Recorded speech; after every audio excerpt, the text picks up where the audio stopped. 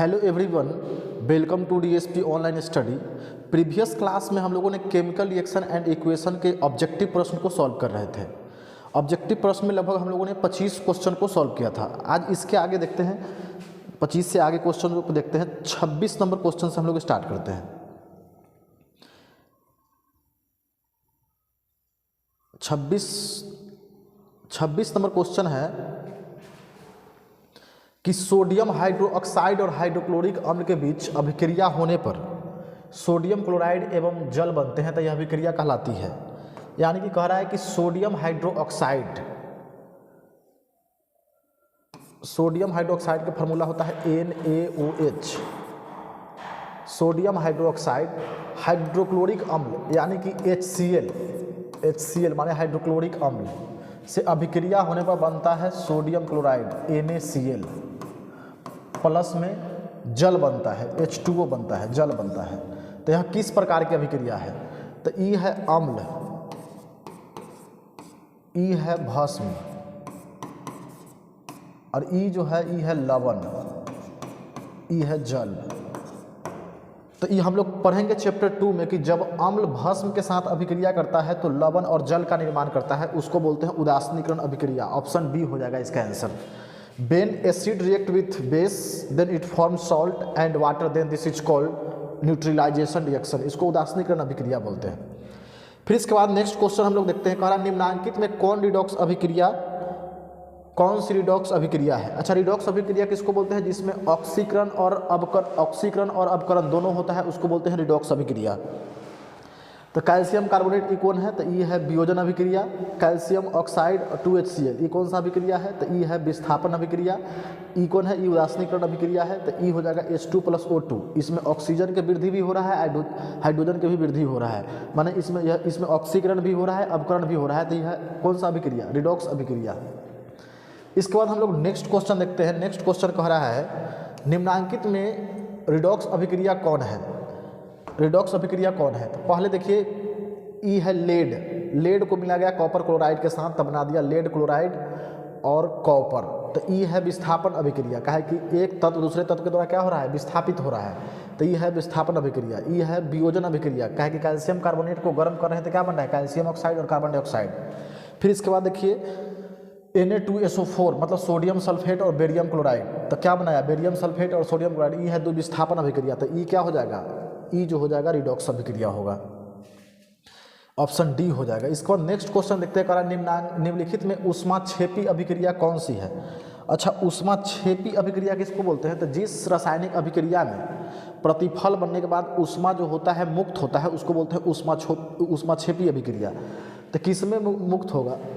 तो ये होगा कार्बन डाइऑक्साइड को जब ऑक्सीजन के साथ मिलेगा तो कार्बन डाइऑक्साइड बनेगा। 94.45 केल्विन कैलोरी जो है ऊष्मा उत्पन्न होगा। तो इसका ऑप्शन बी हो जाएगा। इसके बाद नेक्स्ट क्वेश्चन है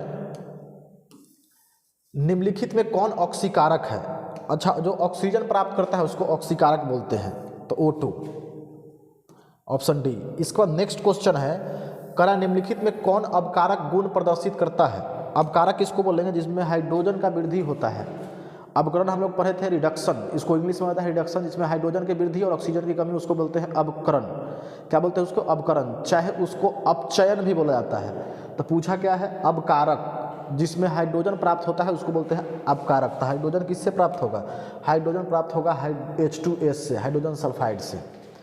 इसके बाद नेक्स्ट क्वेश्चन देखिए। नेक्स्ट क्वेश्चन कह रहा है समीकरण कॉपर प्लस ऑक्सीजन, तब बना देगा कॉपर ऑक्साइड। तो किस प्रकार की अभिक्रिया है? तो इसमें क्या हो रहा है? ऑक्सीजन के यहाँ पे वृद्धि हो रहा है। तो हम लोग पढ़े थे कि ऑक्सीजन का जहाँ पे वृद्धि होता है उसको क्या बोलते हैं? उसको बोलते हैं ऑक्सीकरण। ऑप्शन बी हो जाएगा इसका आंसर। ऑप्शन बी ऑक्सीकरण। इसके बाद नेक्स्ट क्वेश्चन है 33 नंबर का रहा है Fe2O3 मतलब ई क्या है? Fe2O3 मतलब फेरस 3 ऑक्साइड, चाहे इसको बोल सकते हैं आयरन 3 ऑक्साइड। जब अल्मोनियम के साथ मिलेगा तो बना देगा अल्मोनियम ऑक्साइड और Fe। ये किस प्रकार की अभिक्रिया है? तो इसमें क्या हो रहा है? ई है विस्थापन अभिक्रिया। कहा कि इसमें एक तत्व जो है दूसरे तत्व के द्वारा क्या हो रहा है?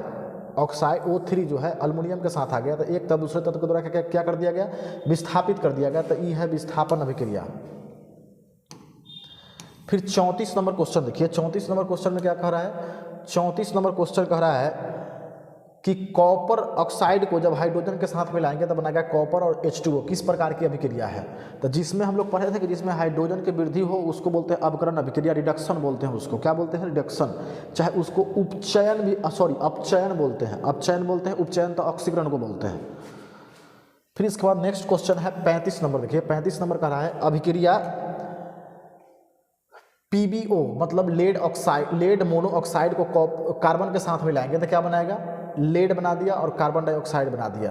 तो इसमें क्या हो रहा है? करा के लिए निम्नांकित में कौन कथन सत्य है? तो यहाँ पे कार्बन में क्या हो रहा है? कार्बन में ऑक्सीजन का वृद्धि हो रहा है, यानी कि कार्बन उपचयित हो रहा है। तो कार्बन उपचयित हो रहा है। इसमें क्या हो रहा है? इसमें हाइड्रोजन की कमी हो रहा है, यानी कि लेड ऑक्साइड अपचयित हो रहा है। लेड ऑक्साइड क्या हो रहा है? अपचयित हो रहा है। अपचयित मतलब इसमें ऑक्सीजन की कमी हो रहा है और कार्बन में ऑक्सीजन की वृद्धि हो रहा है। तो ये क्या होगा? ऑप्शन सी हो जाएगा।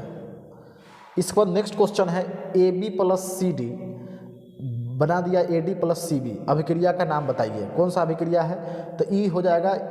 हम लोग पढ़े थे कि दो यौगिक अपने आयनों का आदान प्रदान करके नए पदार्थ बनाते हैं तो उसको बोलते हैं द्विविस्थापन अभिक्रिया। तो इसको हम लोग बोल सकते हैं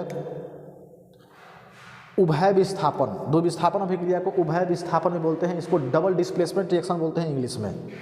इसके बाद नेक्स्ट क्वेश्चन है 37 नंबर। 37 नंबर कर रहा है दूध से दही बनना कैसा परिवर्तन है? तो दूध से दही बनता है वो है रासायनिक परिवर्तन। फिर इसके बाद कर रहा है रासायनिक अभिक्रिया में भाग लेने वाले पदार्थ को क्या कहते हैं? तो रासायनिक अभिक्रिया में भाग लेने वाले पदार्थ को बोलते हैं अभिकारक, reactant. The substance take part in a chemical reaction are called reactant. फिर इसके बाद नेक्स्ट क्वेश्चन हम लोग देखते हैं। नेक्स्ट क्वेश्चन क्या कर रहा है? नेक्स्ट क्वेश्चन कर रहा है वे अभिक्रियाएं जिनके घटित होने में ऊर्जा अवशोषित होती है तो क्या कहलाता है? वो कहलाता है ऊष्माशोषी। हम लोग पढ़े थे कि जिस रासायनिक अभिक्रिया में प्रतिफल बनने के बाद ऊर्जा या ऊष्मा का अवशोषण होता है उसको बोलते हैं ऊष्माशोषी अभिक्रिया। जैसे कैल्शियम कार्बोनेट के गर्म कर रहे थे तो कुछ ना कुछ हीट उसमें लग रहा था तो क्या बन रहा था? कैल्शियम ऑक्साइड और कार्बन डाइऑक्साइड। तो ये कौन सा अभिक्रिया है? ऊष्माशोषी, जिसमें ऊष्मा का शोषण हो, ऊष्मा क्या हो? शोषण हो, जिसमें ऊष्मा लगता हो उसको तोड़ने में, उसको बोलते हैं ऊष्माशोषी अभिक्रिया। अब इसके बाद है कली चूना पर जब जल डाला जाता है तब अभिक्रिया होती है। तो कौन सा अभिक्रिया होता है? तो ये होता है ऊष्माक्षेपी अभिक्रिया। इसके बाद नेक्स्ट क्वेश्चन है निम्नलिखित में कौन सा पदार्थ सूर्य के प्रकाश के प्रभाव से अपघटित हो जाता है? तो हम लोग पढ़े थे अपघटन अभिक्रिया यानी कि वियोजन अभिक्रिया 3 प्रकार के होता है। तो उसमें हम लोग पढ़े थे एगो प्रकाश वियोजन के बारे में कि प्रकाश वियोजन AgBr सिल्वर ब्रोमाइड पर जब प्रकाश डालते हैं, क्या डालते हैं? प्रकाश डालते हैं, लाइट डालते हैं तो Ag+ माने सिल्वर और ब्रोमाइड में ही टूट जाता है। तो इसका ऑप्शन हो जाएगा डी। फिर इसका नेक्स्ट क्वेश्चन है निम्नांकित में कौन उपचायक है? उपचायक कौन है? उपचायक मतलब जो ऑक्सीजन में जिससे ऑक्सीजन प्राप्त होता हो। तो ये हो गया ऑक्सीजन, ऑप्शन सी। इसके बाद नेक्स्ट क्वेश्चन है शरीर में भोजन का पचना किस प्रकार की अभिक्रिया है? तो ये है ऑक्सीकरण अभिक्रिया। शरीर में भोजन का पचना किस प्रकार की अभिक्रिया है? ऑक्सीकरण अभिक्रिया हम लोग पढ़ चुके हैं। इसके बाद नेक्स्ट क्वेश्चन है अम्ल और क्षार के बीच अभिक्रिया होने पर लवण एवं जल बनते हैं तो यह अभिक्रिया क्या कहलाता है? उदासीनीकरण अभिक्रिया कहलाता है। ये हम लोग पढ़ेंगे चैप्टर 2 में। फिर इसके बाद नेक्स्ट क्वेश्चन है कि वसा युक्त अथवा तैलीय खाद्य सामग्री को जब लंबे समय तक रख दिया जाता है तो वह विकृत गंधिता हो जाता है। इसका कारण क्या है? इसका कारण है कि ऑक्सीकरण हो जाता है, उपचयित हो जाता है। उपचयित हो जाना, क्या हो जाना? उपचयित हो जाना। ऑक्सीकरण भी रहता तो सही था, ऑक्सीकरण हो जाना वो भी सही था, उपचयित हो जाना भी वो भी सही है। प्राकृतिक गैस CH4 का दहन है, क्या है? तो इनमें से कोई नहीं।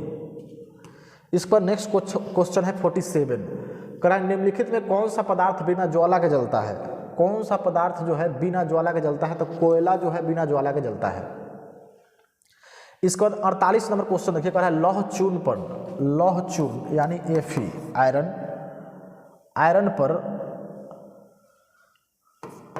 तनु हाइड्रोक्लोरिक अम्ल माने HCl माने हाइड्रोक्लोरिक एसिड डालने पर निम्नलिखित में कौन सी क्रिया होती है? तो ये बना देगा FeCl2 आयरन क्लोराइड चाहे फेरस क्लोराइड प्लस में हाइड्रोजन गैस इसमें रिलीज होगा। तो क्या हो जाएगा? हाइड्रोजन गैस और फेरस क्लोराइड बनता है।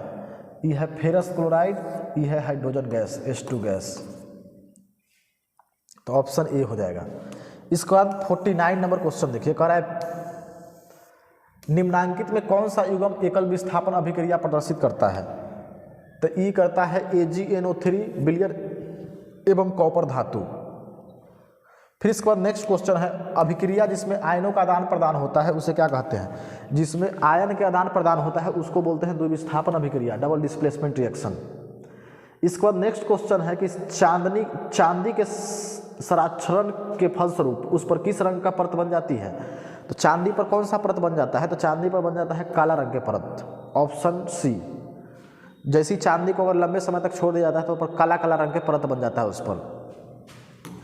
फिर इसके बाद कह रहा है H2S प्लस I2 तो बना देगा hydrogen iodide, hydrogen sulphide plus iodide तब बनाएगा हाइड्रोजन आयोडाइड। प्लस एस में कौन उपचायक है? तो उपचायक कौन है? इसमें किसका वृद्धि हो रहा है? तो I2 के वृद्धि हो रहा है, तो I2 जो है उपचायक है। इसके बाद कह रहा है लोहे पर जंग लगने की क्रिया को क्या कहते हैं? तो लोहा पर जब जंग लग जाता है तो उसको बोलते हैं सांक्षरण। क्या बोलते हैं उसको? सांक्षरण। कोरिजन बोला जाता है इसको इंग्लिश में। सांक्षरण से बचाने का उपाय क्या क्या है? तो पेंट करके या जस्टीकरण करके या ग्रीस लगाकर या तेल लगाकर लोहा को बचाया जा सकता है। और ऑक्सीजन से बचाकर चिप्स की थैली में चिप्स को उपचयन से बनाने के लिए कौन सी गैस भरी होती है? तो चिप्स के जितना कुरकुरे हो गया, चिप्स हो गया, मिक्सचर हो गया, उस सब में भरा हुआ रहता है नाइट्रोजन गैस, इसीलिए वो खराब नहीं होता है। फिर इसके बाद नेक्स्ट क्वेश्चन है 55 नंबर क्वेश्चन कर रहा है नम वायु की उपस्थिति में लोहे की बनी नई वस्तु पर कुछ समय पश्चात जंग लग जाता है जिससे काफी क्षति होती है, इस क्रिया को क्या कहते हैं? तो सांक्षरण बोलेंगे, ऑप्शन बी। इसके बाद नेक्स्ट क्वेश्चन कर रहा है निम्न में से कौन अवकारक है? तो अवकारक कौन है? हाइड्रोजन जो है अवकारक है।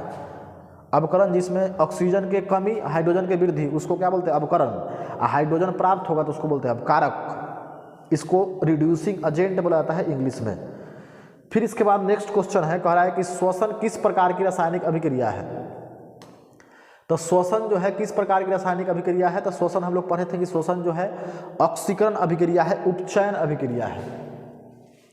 इसके बाद रासायनिक समीकरण में जलीय विलयन को किस प्रतीक द्वारा दर्शाया जाता है? तो रासायनिक समीकरण में जलीय विलयन को इक्वास मतलब होता है जलीय, AQ से दर्शाया जाता है।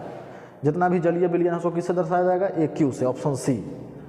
इसके बाद नेक्स्ट क्वेश्चन है कॉपर ऑक्साइड, तो हाइड्रोजन के में क्या हो रहा है? वृद्धि हो रहा है। तो हाइड्रोजन के वृद्धि होगा तो कौन अभिक्रिया होगा? अवकरण या अपचयन। इसके बाद नेक्स्ट क्वेश्चन है कि जब कैल्शियम कार्बोनेट को गर्म करते हैं तो कैल्शियम ऑक्साइड और कार्बन डाइऑक्साइड बनता है, किस प्रकार की अभिक्रिया है? तो ई है वियोजन अभिक्रिया। इसको अपघटन अभिक्रिया भी बोलते हैं, इंग्लिश में डिकम्पोजिशन रिएक्शन बोला जाता है। इसके बाद 61 नंबर क्वेश्चन देखिए, कह रहा है Cl2 प्लस 2Ki।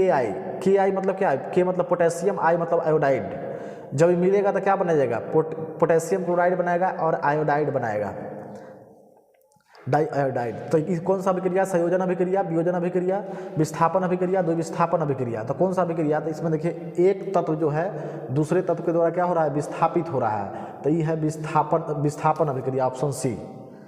इसके बाद नेक्स्ट क्वेश्चन देखिए, कह रहा है निम्नलिखित में कौन सा उत्पाद लेड नाइट्रेट को गर्म करने पर प्राप्त होता है? अच्छा, जब लेड नाइट्राइट को गर्म करेंगे, लेड नाइट्राइट का फार्मूला क्या होता है? तो लेड नाइट्राइट के फार्मूला होता है PbNO3 के होल ट्वाइस। जब इसको गर्म करेंगे 547 डिग्री पर, 547 डिग्री पर क्या करेंगे? इसको गर्म करेंगे, 547 डिग्री सेल्सियस पर गर्म करेंगे तो ये बनाएगा क्या? ये बना देगा लेड मोनो ऑक्साइड। इसको बोलते हैं lead mono oxide plus nitrogen oxide और प्लस में ऑक्सीजन। तो ऑप्शन देखिए कहाँ पे है? नाइट्रोजन ऑक्साइड, नाइट्रोजन नहीं तो नाइट्रोजन ऑक्साइड और ऑक्सीजन, ये हो जाएगा ऑप्शन डी। नाइट्रोजन ऑक्साइड और ऑक्सीजन बना देगा। इसको बोलते हैं लेड नाइट्राइट, लेड नाइट्रेट। इसको बोलते हैं lead mono oxide, lead mono oxide. इसको नाइट्रोजन से नाइट्रोजन, O2 से ऑक्साइड, तो नाइट्रोजन ऑक्साइड।